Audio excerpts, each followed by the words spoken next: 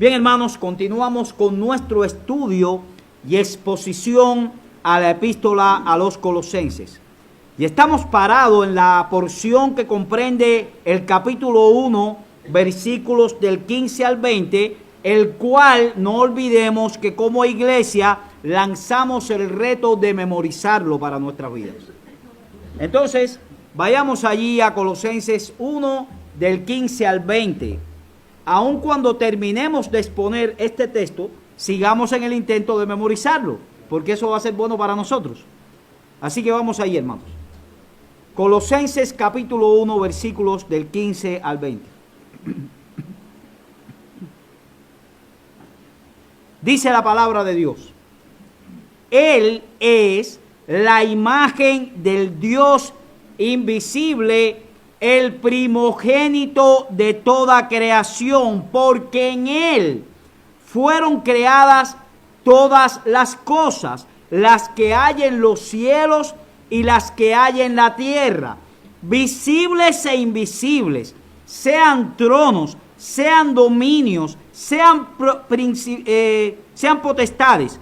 Todo fue creado por medio de Él y para Él. Y Él es antes de todas las cosas, y todas las cosas en Él subsisten, y Él es la cabeza del cuerpo, que es la iglesia. Él, que es el principio, el primogénito de entre los muertos, para que en todo tenga la preeminencia, por cuanto agradó al Padre que en Él habitase toda plenitud, y por medio de Él reconciliar consigo todas las cosas, así las que están en la tierra como las que están en los cielos, haciendo la paz mediante la sangre de su cruz. Comenzamos este texto, hermanos, a exponerlo el domingo anterior y lo bosquejamos bajo tres encabezados principales. Vimos que el primer encabezado iba a ser la preeminencia de Cristo de manera general, porque en este texto lo que encontramos es a un Cristo preeminente. Este es un texto cristocéntrico por todos lados. En segundo lugar, eso lo vimos en el versículo 15. En segundo lugar, el segundo encabezado, veíamos la preeminencia de Cristo en la creación. Ahí queríamos ver esto en los versículos 16 al 17, que es lo que habla de la preeminencia de Cristo en la creación. Y en tercer lugar, la preeminencia de Cristo en la redención, versículos del 18 al 20. En cuanto al contexto del pasaje, habíamos expresado que el apóstol Pablo, inspirado por el Espíritu Santo, no había escrito al vacío este texto, sino que lo estaba haciendo refutando una herejía muy peligrosa que estaba acechando a la iglesia de Colosas. Epafras, que era uno de sus pastores y seguro fundador, había visitado a Pablo en su prisión y le había compartido tal dificultad. Hay falsos maestros trayendo falsas enseñanzas a la iglesia de Colosas. ¿Qué enseñanzas estaban trayendo? Bueno, era una herejía que tenía un fuerte contenido de gnosticismo, con el dualismo filosófico característico de las ideas griegas. La materia es mala, el espíritu es bueno, por lo tanto un Dios bueno no puede crear una materia mala. Por lo tanto, Dios tenía que comenzar a emitir una serie de emanaciones, y en esas emanaciones algunas eran buenas, otras eran neutrales y otras eran malas. Alguna de esas emanaciones se volvió lo suficientemente mala como para crear este mundo. Eso es lo que decían los gnósticos. También tenía esta herejía algo de judaísmo practicante. Había que conservar ciertos ritos del Israel del Antiguo Testamento para estar bien con Dios. Y tenía también una especie de misticismo. Hacía falta un conocimiento superior, misterioso, oculto, para conocer y relacionarse con Dios. Ahí también se adoraban ángeles y había todo tipo de experiencias en este sentido.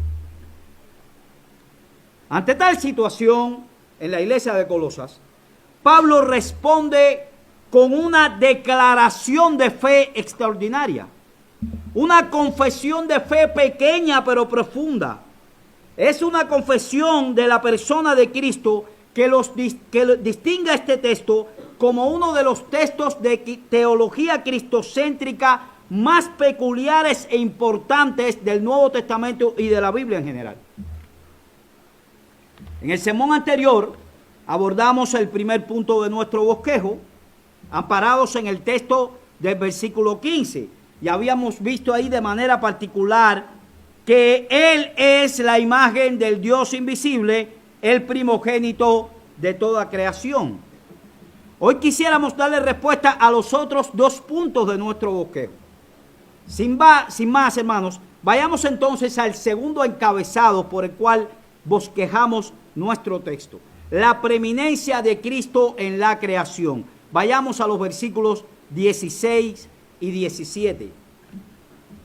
Dice allí: porque en Él fueron creadas todas las cosas, las que hay en los cielos y las que hay en la tierra, visibles e invisibles, sean tronos, sean dominios, sean principados, sean potestades, todo fue creado por medio de Él y para Él. Y Él es antes de todas las cosas, y todas las cosas en Él subsisten. Quisiéramos dar en primer lugar, hermanos, una idea importante, tanto para este texto como para poder interpretar toda la Biblia. La palabra de Dios no fue una palabra que se transmitió verbalmente de generación en generación hasta nosotros hoy. No. Dios inscripturó su palabra. La puso escrita. Por lo tanto, la palabra de Dios es literatura, y la literatura tiene por obligación que contener gramática. Para que las ideas escritas tengan sentido, tienen que tener una estructura gramatical, y eso lo tiene la palabra de Dios. Es decir, para poder entender y aprovechar el texto, necesitamos entonces conocer y aplicar algunas reglas gramaticales. En el caso de este texto, encontramos que contiene muchas preposiciones. ¿Qué cosas son las preposiciones? La mayoría lo vimos cuando estábamos en la escuela, pero la mayoría se nos olvidó qué eran las preposiciones y cuáles eran, ¿verdad?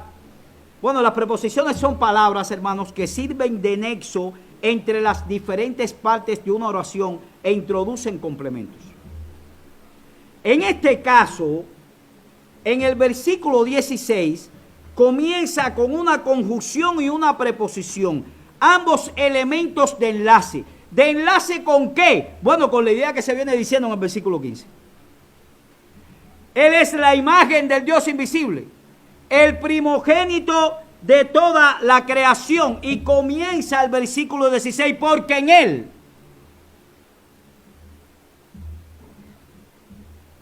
Se nos dice en el versículo 15 que es el primogénito de toda creación, es decir, el prototocos, el primero en rango. Ahora, no olvidemos, hermanos, que estamos estudiando un texto armónico. ¿Qué quiere decir? No son ideas separadas. El apóstol no quiso decir esta idea en este versículo y esta idea en el otro versículo, porque cuando el apóstol escribió la escritura no existían ni los capítulos ni los versículos. Es una idea general. Es una idea general. No estamos viendo las cosas por separados.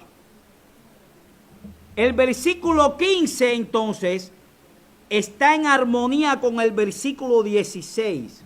De tal manera que en el 15, cuando se nos dice que es el primogénito de toda creación, está introduciendo la idea del 16, que es Cristo preeminente sobre su creación. Y esto, enfatizamos nuevamente, era después que el tema principal de Pablo era en contra de los maestros del error, quienes estaban causando disturbios en la iglesia de Colosas.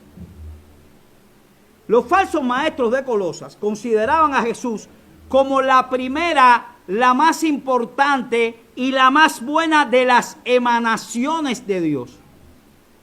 Pero creían asimismo que solo un ser muy por debajo de su nivel pudo haber creado el universo material, porque entonces si Cristo era una emanación buena, no podía haber creado la materia mala.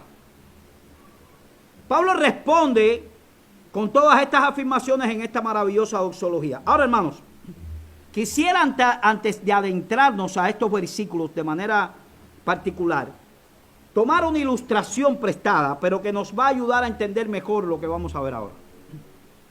Imaginemos que usted quiere construir una casa, una vivienda para usted. Para poder construirla, lo primero que debemos hacer es diseñarla, para ver qué tipo de casas queremos construir. Debemos tener los planos de esa vivienda. El diseño es la casa plasmada en planos antes que se ponga la primera piedra. Pero será indispensable ese primer paso de poderla diseñar, y para tal diseño deberíamos entonces contratar un arquitecto. Lo primero que tendríamos que hacer es buscarnos un arquitecto y decir, yo quiero una casa con tales y más cuales dimensiones y con tales características y necesito que me la diseñes, ¿verdad? Eso es lo primero. Después de esto, es decir, que el arquitecto tiene diseñada nuestra casa, debemos contratar un constructor, que en nuestro medio se llaman albañiles, ¿verdad?, que ejecute los planos que el arquitecto diseñó. Y luego que esté construida la casa, que el constructor la construyó de acuerdo a los planos del arquitecto, pues entonces nos vamos a mudar allí, porque es el propósito para el cual construimos la casa. La casa no era para hacerlo un museo, no era una casa museable, era una casa para vivirla. Así que nos mudaremos allí. Luego, a medida que el tiempo pasa, hay que mantener la casa, darle mantenimiento, mantenerla en buen estado, porque en este mundo caído todo se deteriora y tenemos que mantener la casa. Bueno, hermanos, esa es la analogía, ¿verdad? Vamos a comenzar a utilizarla. Usando esta analogía, lo que comienza a enseñar el versículo 16 es que hay un arquitecto para el mundo, y ese es Jesucristo. Jesucristo es el arquitecto del universo. Él diseñó el universo, Él lo pensó, en Él fueron creadas todas las cosas. Lo que existe, mi querido hermano, responde al diseño de Cristo. Y noten que nos está diciendo ahí, no que Él diseñó algunas cosas, sino que Él diseñó todas las cosas. Según el texto, incluye todo lo que existe. Las que están arriba en el cielo, las que están abajo en la tierra, las cosas materiales, las cosas espirituales, las cosas grandes y las pequeñas, las visibles al ojo humano y las invisibles al ojo humano. Todo, todo, todo, incluyéndote a ti, mi amado hermano, y a mí, somos parte del diseño de Dios, del diseño de Cristo. Mira a tu alrededor. Todo lo que ves o puedas pensar que existe, Cristo lo diseñó. Ahora, fíjense, vamos a seguir la ilustración que teníamos para entenderlo mejor. Él no solamente lo diseñó, Él no diseñó solamente la creación, Él no solamente es su arquitecto, sino que también Él es el constructor. Él diseñó la creación y la hizo. Una palabra mejor para aquí es hablar de artesano. Él fue el artesano que hizo todo eso, que Él mismo había diseñado. Todo fue creado por medio de Él, dice el texto. Ese Él, que es la tercera persona del singular, lo vamos a encontrar en el texto. Está hablando de Cristo y constantemente nos está diciendo, Él es el diseñador, Él es el constructor, por medio de Él se hizo, para Él se hizo, todo es Él. Todo es Él. En el primer libro del Pentateuco, hermanos, de Génesis, el primer libro de las Escrituras, vamos allá un momentico, y de la Biblia, encontramos los orígenes del mundo, de todo lo que existe. Y por ejemplo, vemos allí,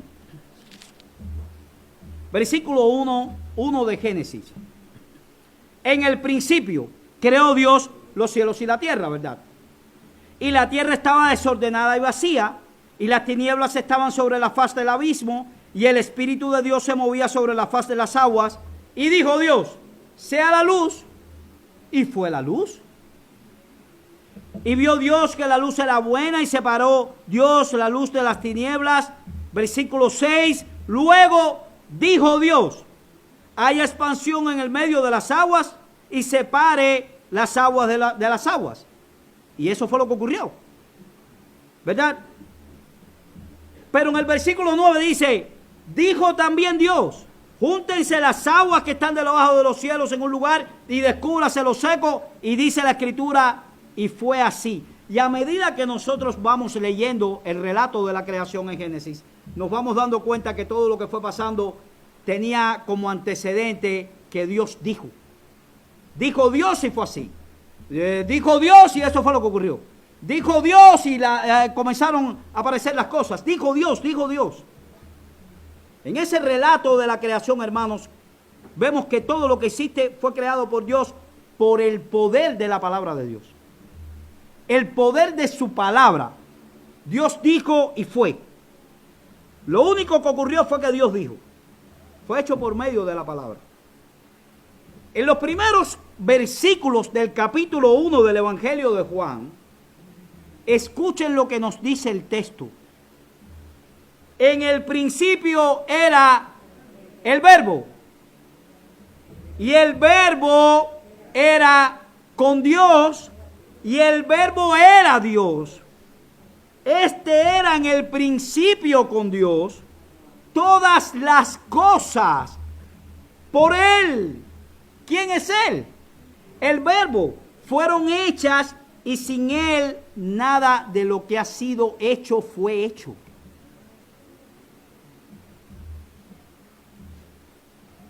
En Él. El Verbo.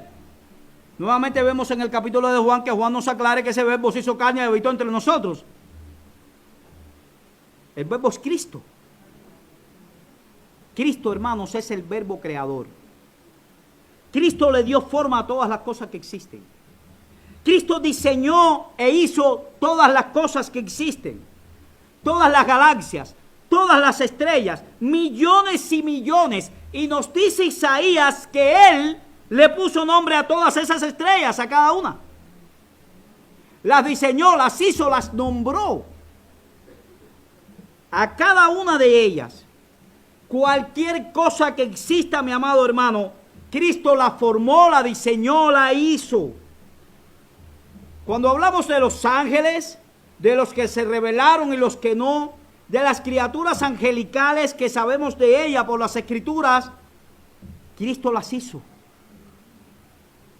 Sean dominios, principados y potestades, cualquier cosa, nos dice el texto, todo lo hizo Él.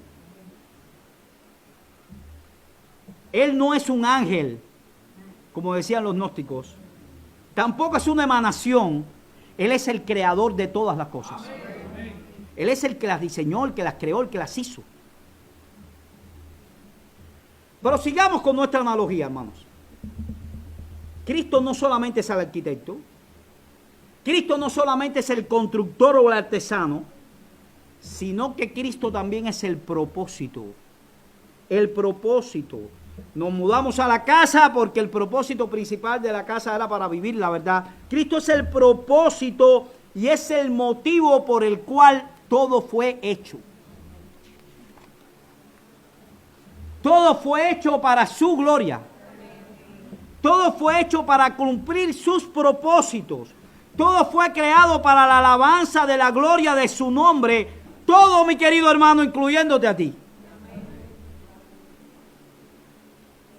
Dice Hendrickson, hablando de este texto, dice, todas las cosas, sin hacer diferencias entre si son materiales o espirituales, fueron creadas en Él, esto es en relación al Hijo, al primogénito, así como dos murallas y los ladrillos en esas murallas se acomodan en relación a la piedra angular, de la cual obtienen su ángulo de dirección, así todas las cosas fueron originalmente creadas en relación a Cristo.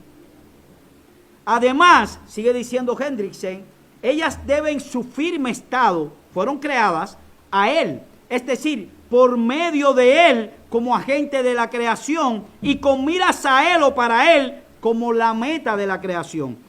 Todas las criaturas, sigue diciendo este hombre, sin ninguna excepción, sea la que fuere, deben contribuir a darle la gloria y a servir a sus propósitos. Mis queridos hermanos, el propósito por el cual tú existes y fuiste creado es para darle la gloria a Cristo. Es por eso, mi amado hermano, que no hay pecado más horrible que no vivir para Cristo. Porque cuando usted no vive para Cristo, eres como un carro que no camina, eres como un reloj que no da la hora, eres como un avión que no vuela, eres como un ave voladora que se mantiene en la tierra, eres un ser humano defectuoso que no cumple el propósito para el cual fue creado y por eso tienes que vivir amargado toda la vida. Porque tú no encuentras descanso hasta que tú no cumples el propósito para el cual fuiste creado, que es para darle la gloria a Cristo.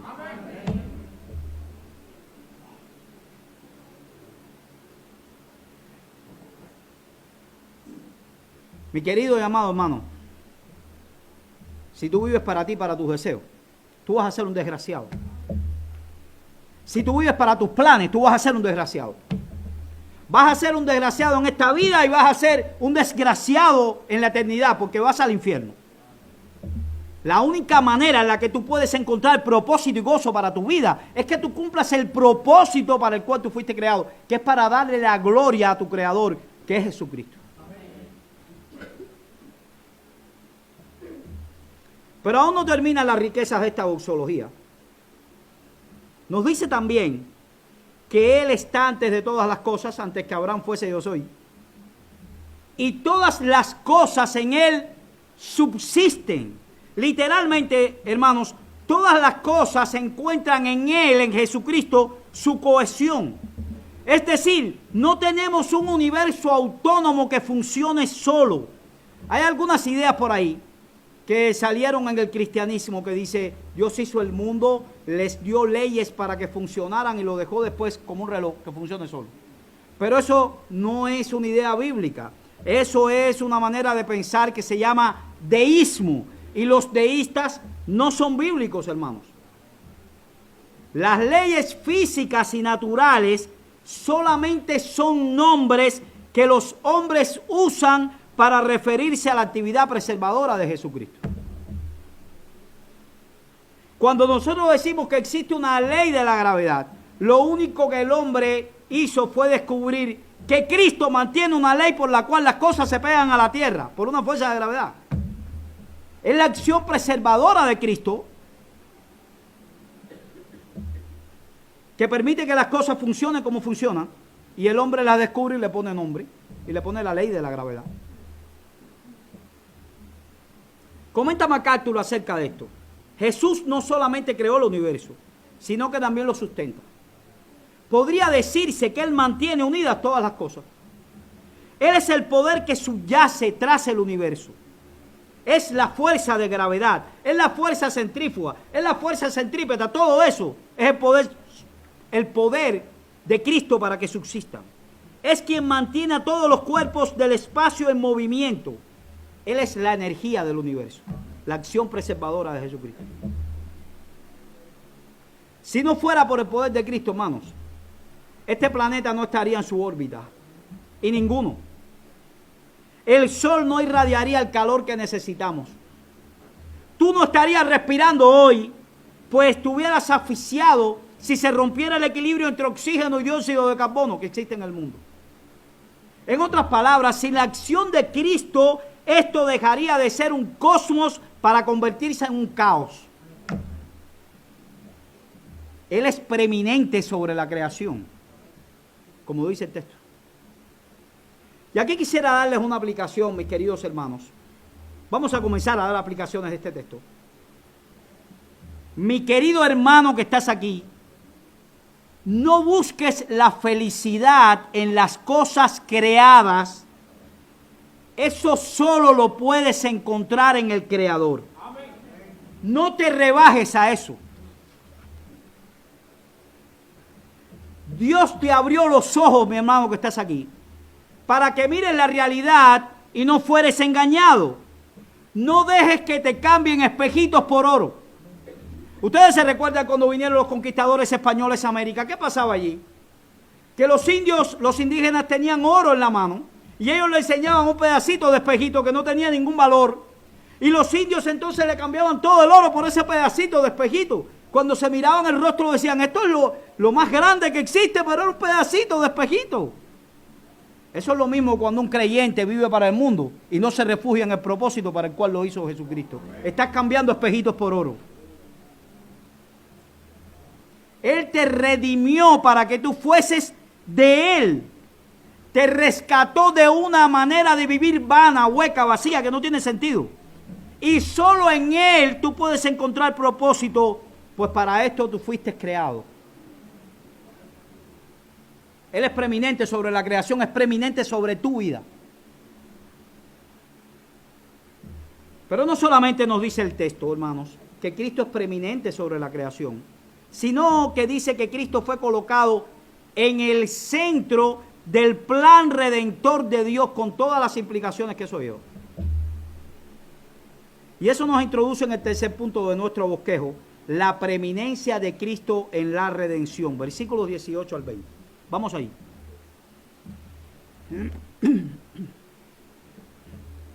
Y Él es la cabeza del cuerpo, que es la iglesia. Él que es el principio, el primogénito de entre los muertos, para que en todo tenga preeminencia, por cuanto agradó al Padre que en Él habitase toda plenitud. Y por medio de Él reconciliar consigo todas las cosas, así las que están en la tierra como las que están en los cielos, haciendo la paz mediante la sangre de su cruz. En la antigüedad, hermanos, se consideraba, no sin razón, a la cabeza como el miembro predominante del cuerpo. El resto del cuerpo se guiaba por la cabeza. Y esto le proporcionaba al cuerpo guía y dirección. La cabeza era la que guiaba y dirigía al cuerpo. Pablo utiliza esta figura entonces para señalar a Cristo como la cabeza de la iglesia, su guía, su dirección. Comenta MacArthur diciendo esto también. Hay muchas imágenes utilizadas en las Escrituras para describir a la iglesia. Se le compara con una familia, se le compara con un reino, un viñedo, un rebaño, un edificio y una novia. Pero la imagen más profunda, sin paralelo en el Antiguo Testamento, es la del cuerpo. La iglesia es un cuerpo y Cristo es su cabeza. Este concepto no se usa en el sentido de la cabeza de una compañía, sino que señala a la iglesia como un organismo viviente unida de manera inseparable por Cristo. Él controla cada parte del cuerpo y le da vida y le da dirección. Mis queridos hermanos, la iglesia depende de Cristo de la misma manera que el cuerpo depende de la cabeza.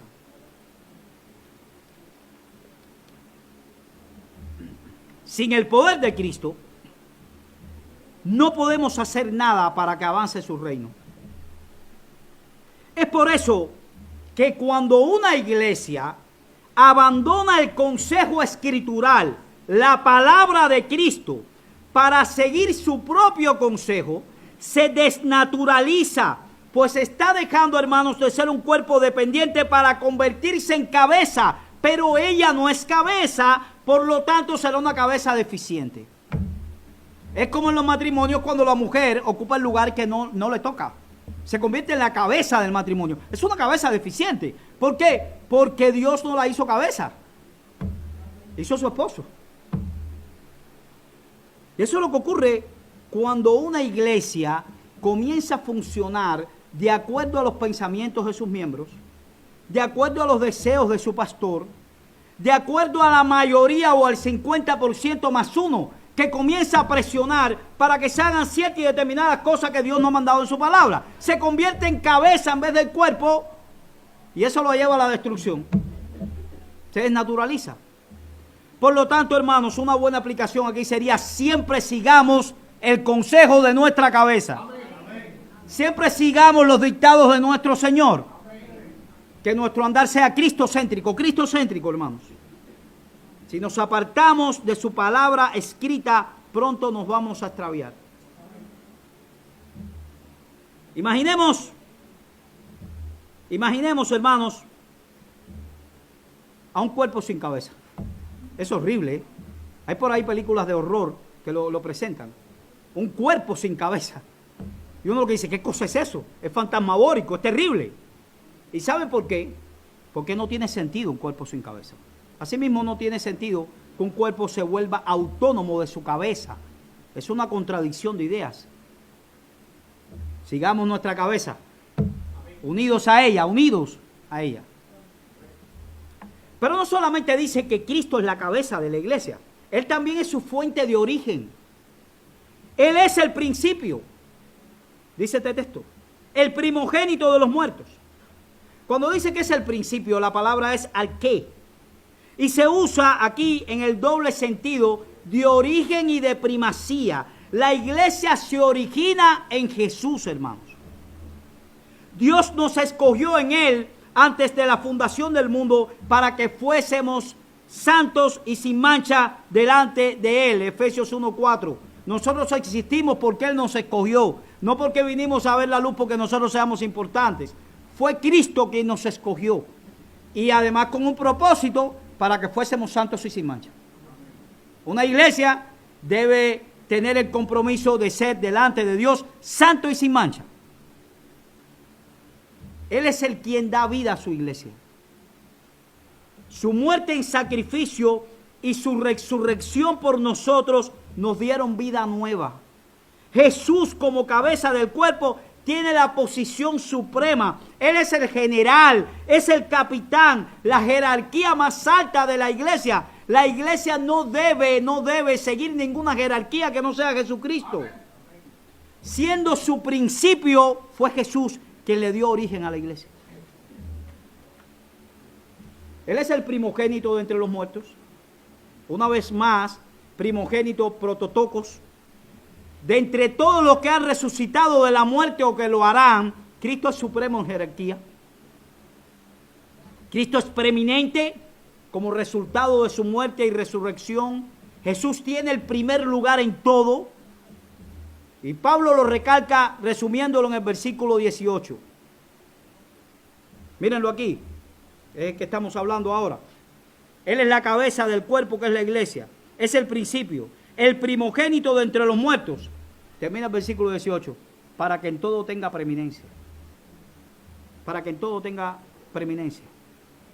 Quiere Pablo insistir, todo como le es posible, que Jesús no es una emanación de Dios, porque se humilló a sí mismo, haciéndose obediente hasta la muerte y muerte de cruz.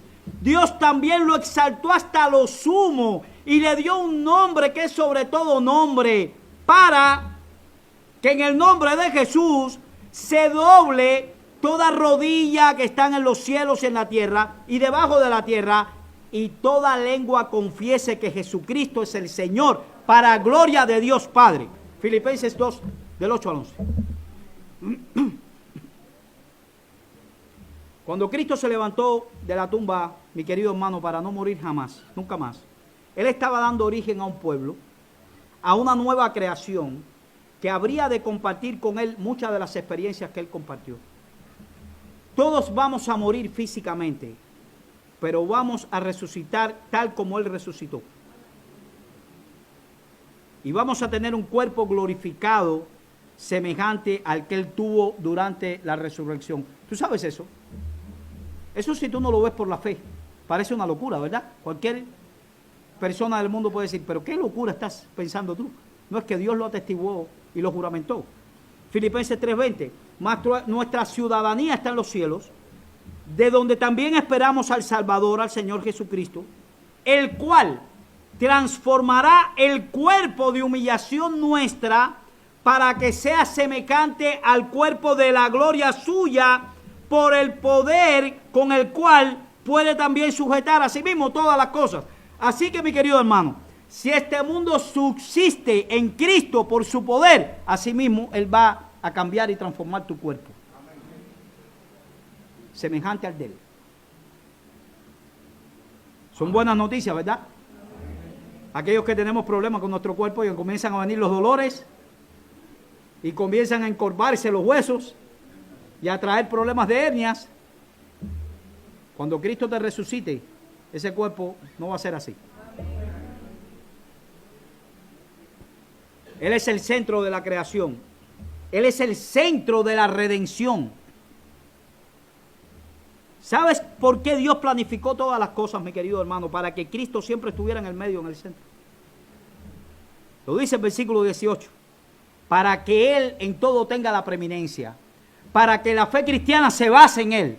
Para que todo responda a Él. ¿En qué tiene Cristo que tener la preeminencia? Dice el texto, en todo. Hermanos, todo significa todo. Cristo no solamente tiene la preeminencia en la iglesia el domingo, no solamente cuando estamos leyendo la Biblia o en asuntos religiosos, sino en toda la vida. Cristo tiene preeminencia en tus pensamientos, tiene preeminencia en tus conversaciones, tiene preeminencia en tus negocios, tiene preeminencia en todas las circunstancias de tu vida. Dios quiere a Cristo glorioso en nosotros. En todo Cristo debe ser alabado. Cristo debe ser respirado, vivido. Debe ser glorificado. Él debe ser glorificado, no las criaturas. Nadie es más importante que Cristo. Ni tu esposo, ni tu esposa, ni tu hijo, ni tu madre, ni tu padre. Nadie, nadie. Cristo, Cristo. Nadie más debe tener la preeminencia. En la iglesia ni el pastor, ni el diácono, nadie debe tener la preeminencia. La preeminencia es Cristo. Sigue diciendo el versículo 19. Vamos al texto. Por cuanto agradó al Padre que en él habitase toda plenitud. Toda plenitud. Seguimos diciendo que Él es Cristo. La frase aquí por cuanto se puede expresar también por cuanto agradó al Padre, como de modo que o porque. Y es una frase que tiene valor causal. Es un argumento que explica todo lo anterior. Dice MacArthur argumentando esto. Pleroma, que significa plenitud, fue un término utilizado por los ulteriores gnósticos para referirse a los poderes y atributos divinos que según sus creencias se subdividían en diversas emanaciones. Los herejes de Colosa también lo utilizaban en este sentido. Pablo se opone a esta falsa enseñanza declarando que toda la plenitud de la deidad no está fraccionada ni dividida en pequeñas partes para un grupo variado de espíritus, sino que habita en su totalidad en Cristo y solamente en Él. El comentarista Lightfoot escribió acerca del uso que Pablo da al término pleroma en este pasaje. Por un lado, en relación con la deidad, Él es la imagen visible del Dios invisible. No es tan solo la manifestación suprema de la naturaleza divina. Él contiene toda la deidad. En Él residen todos los poderes y atributos divinos.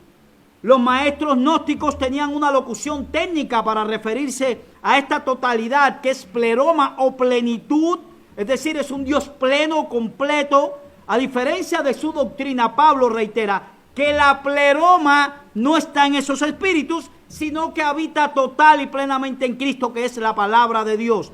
Toda la luz se concentra en Él. Cuando Cristo se hizo hombre, no dejó ni un solo momento de ser Dios. La deidad no quedó disminuida. Cristo es perfectamente hombre y perfectamente Dios. Al Padre le agradó que en ese cuerpo humano habitase toda la plenitud, todo Dios. Todo Dios. Y en esta misma epístola Pablo añade en Colosenses 2:3 que en Cristo están escondidos todos los tesoros de la sabiduría y del conocimiento. Es decir, hermanos, en Cristo encontramos la sabiduría de Dios. Cristo es Dios, Cristo lo sabe todo, en Él está escondido todo. No necesitamos ningún otro conocimiento superior, como decían los gnósticos. No necesitamos más misticismo, solamente necesitamos a Cristo y su palabra, más nada. Cristo lo tiene todo. Y en Colosenses 2:9 dice, porque en Él habita corporalmente, en ese cuerpo de Cristo, toda la plenitud de la deidad. Ahí está Dios, Dios. 100% hombre y 100% Dios. Hermanos, desde que Cristo se estaba formando en el vientre de María, desde que comenzó a ser un feto allí, Cristo era 100% humano y 100% Dios. Desde que era un feto, desde que aquella criatura estaba comenzando a crecer, no dejó de ser Dios. Él comenzó a ser humano, pero nunca comenzó a ser Dios. Él fue siempre Dios. Cuando era un bebé lactando en los brazos de su mamá, y nosotros sabemos lo frágil que es un bebé, él era 100% Dios también. Allá habitaba toda la plenitud de la deidad. Feto, niño, bebé, 100% hombre, 100% Dios. Precisamente por ese misterio tan grande y tan extraordinario, fue que Cristo pudo hacer la obra que hizo. ¿Cuál obra? Versículo 20. Por medio de él, reconciliar consigo todas las cosas, así las que están en la tierra como las que están en los cielos, haciendo la paz mediante la sangre de su cruz. La palabra reconciliar que encontramos aquí es uno de los términos de mayor significado y poder descriptivo en las Escrituras. Es una de las 5 palabras utilizadas en el Nuevo Testamento para describir las riquezas de la salvación de Cristo, junto con justificación, redención, perdón y adopción. Es una de las 5.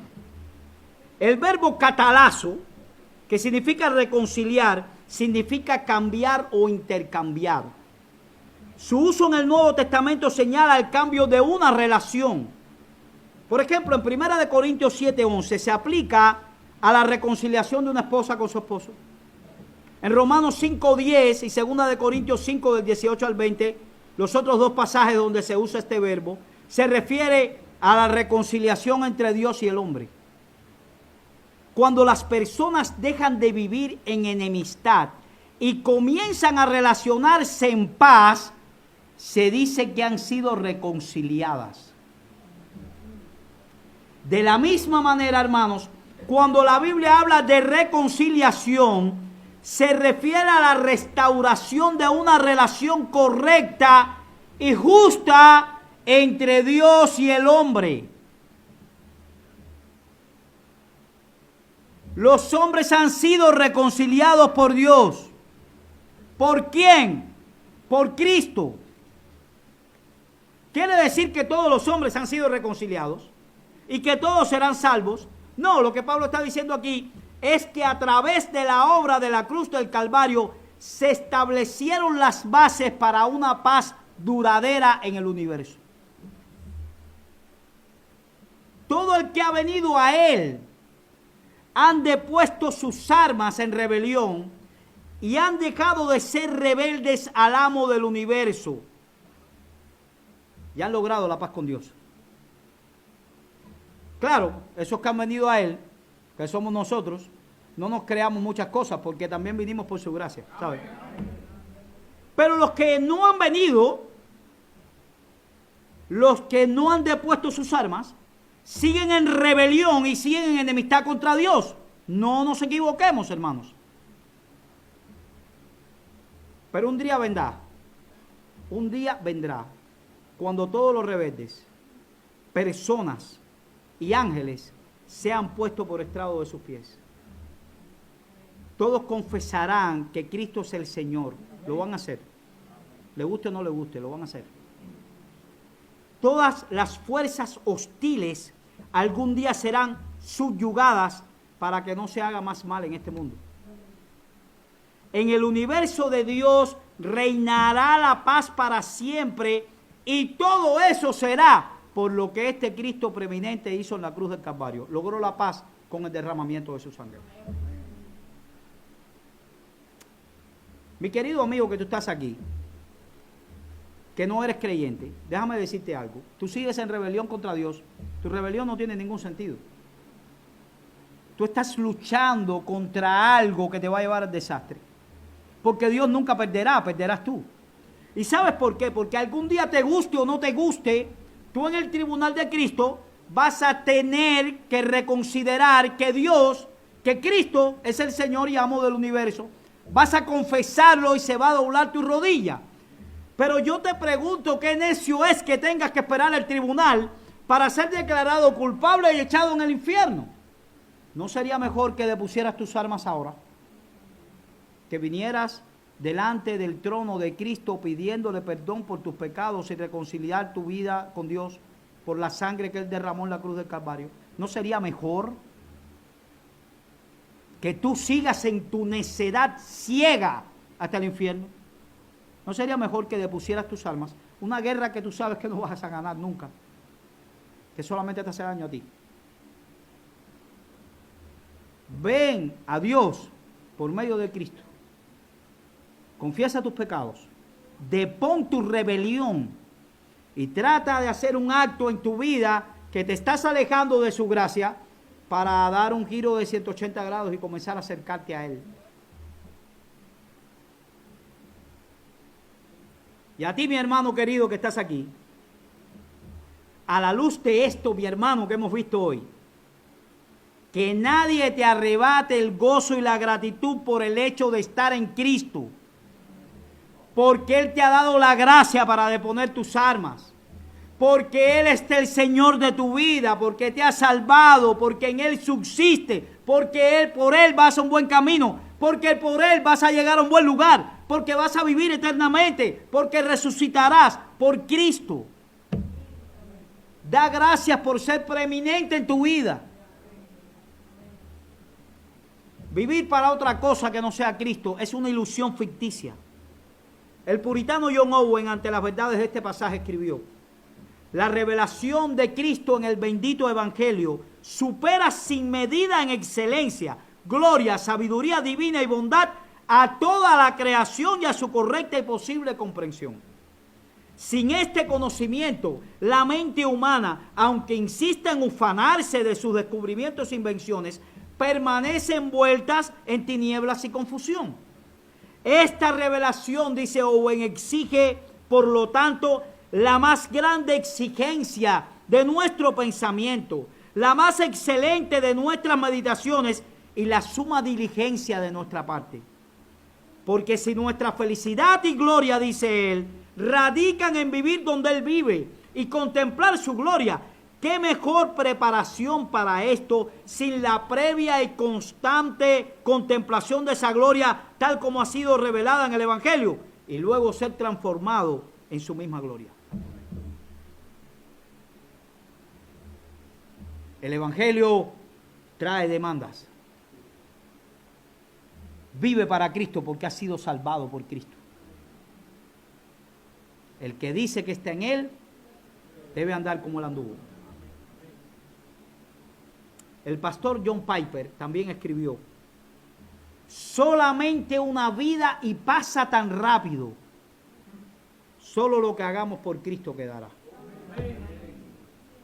Que Dios nos bendiga, hermanos. Que la gracia de su palabra esté en nuestro corazón y que vivamos una vida recta, agradecidos por las muchas misericordias que tenemos. Vamos a orar.